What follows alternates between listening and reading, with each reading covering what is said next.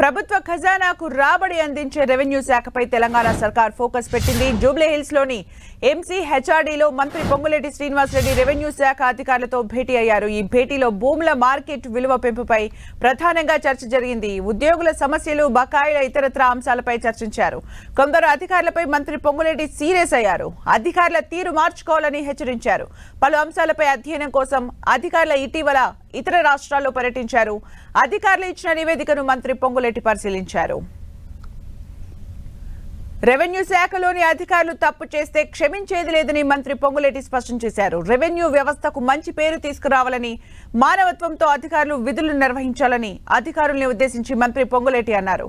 ప్రభుత్వ భూముల్ని బడాబాబులకు రిజిస్ట్రేషన్ చేస్తే ఎంతటి వారినైనా సహించేది లేదని మంత్రి హెచ్చరించారు.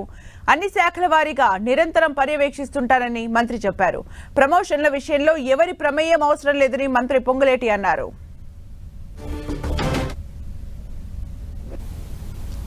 రాష్ట్ర వ్యాప్తంగా ఉన్న రిజిస్ట్రేషన్ శాఖకు సంబంధించిన సబ్ రిజిస్ట్రార్ దగ్గర నుంచి మొదలెట్టి కమిషనర్ గారి వరకు ఉన్నత అధికారులందరితో సుమారు ఒక 2.5-3 గంటలు ఈ రాష్ట్ర ప్రభుత్వం యొక్క ఆలోచన, ఈ రాష్ట్ర ప్రభుత్వం యొక్క పనితీరు, ఈ రాష్ట్ర ప్రభుత్వము ప్రజలకి ఏ రకంగా సేవలు అందించనున్నదో చాలా వివరంగా, విపులంగా అటు అధికారుల నుంచి ఇటు ప్రభుత్వ పక్షాన నేను చాలా క్షుణ్ణంగా చర్చించుకోవటం జరిగింది.